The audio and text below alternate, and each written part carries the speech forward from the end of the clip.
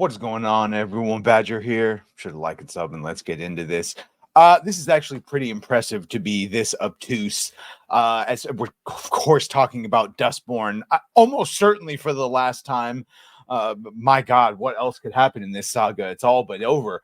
That being said, this type of just outright ignorance must be spoken about. And of course, we're talking about the director of Dustborn, who, as pointed out in the beginning of this, a game that's set in an alternate fascist version of the United States, basically what they think Trump will be in their worst nightmares, depicting said regimes, rather enforcers, rejecting the idea of politics and entertainment, and having players use the idea of canceling or triggering or any other number of bullying verbal tactics as a genuine combat mechanic. You would think that people would acknowledge that that is, of course, explicitly political one, but no, not so, says Tourniquist. You can see here, Tourniquist, who served as the game director, offers his thoughts on player rejection, all 80 of them, including Madam Savvy and Hypnotic, rejection of the studio's latest game during a recent interview to this Norwegian-based video game news outlet Gamer Norwegian or whatever. We found out that Norwegian taxes and grants, along from some other sources, are what funds Dustborn. So to start, the dev was directly asked by the host about the accusations that the game was pushing a woke agenda. I mean, my God, how could you? Vitiligo for fucking. Anyway, I'm sorry. It caught us completely off guard. We were very surprised by the extreme reaction to the launch, and we had no plan for how to handle it. Just didn't think anyone would react to it, huh? Tourniquet was turned to speak on the alleged wave of harassment and death threats he and his team had supposedly received from the critics. You can easily ignore what's said on forums or on X. Emails feel a little closer to home, but receiving text messages where someone wishes you dead, it's unsettling. Oh, I would love for you to post the evidence of that. We are a tiny studio, he said. That's why it feels so blown out of proportion. We experience so many attacks and conspiracies that takes a toll. It's been really tough to deal with, Tourniquet continued. We're used to people not liking our game. Well, you think. We're used to people not liking our games, but we appreciate well-argued reviews, even if they're negative. The difference here is the massive amount of negative feedback from people who have never played the game and never will. They just jump on the bandwagon of those making videos. We've seen the clips, but my God, I watched Hypnotic play for a second. I wanted to unalive.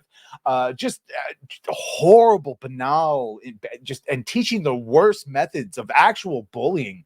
Someone they bullied the robot bus driver. Yeah, which trust me, with Elon releasing the Optimus droids, you're not going to like the messaging that this game gave out. We have to take threats seriously, he confirmed. Fortunately, most of the team hasn't been directly targeted. We've done what we can to support those who have received personal messages.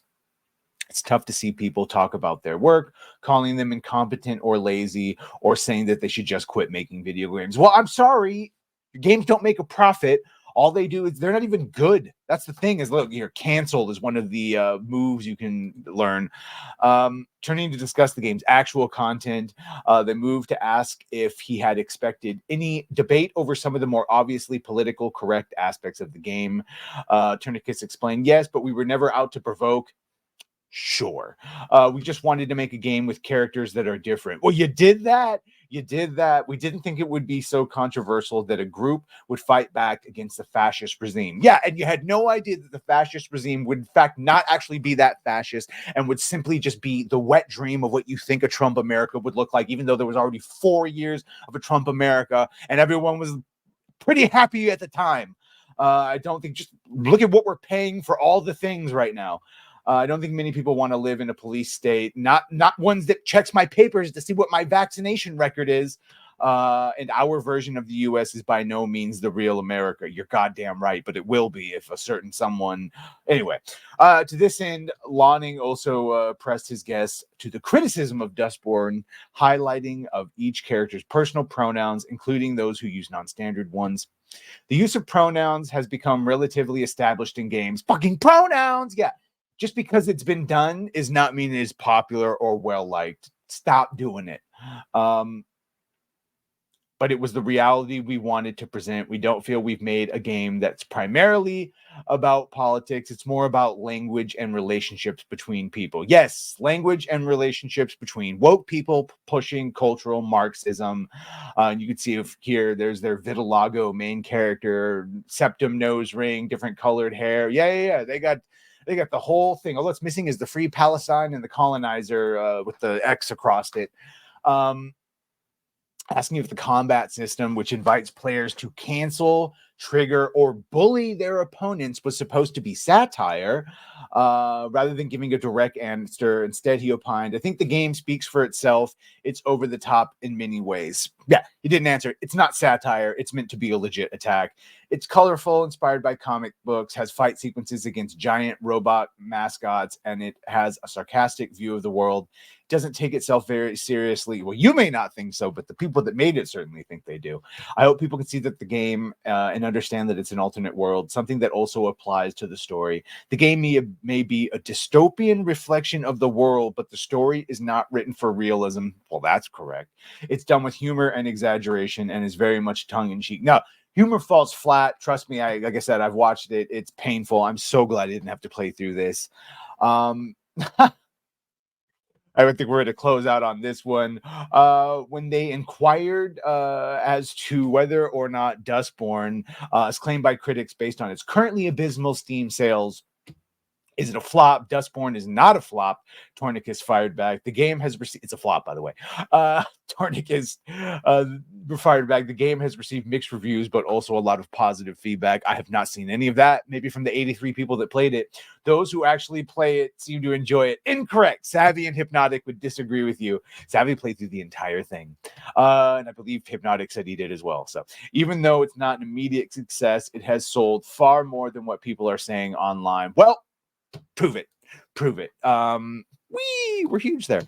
Yeah, prove it. I will wait and see for that. But like he said, they're used to people not liking their games and trying to say that this game, which is like 98% political, is not a political and it's tongue-in-cheek.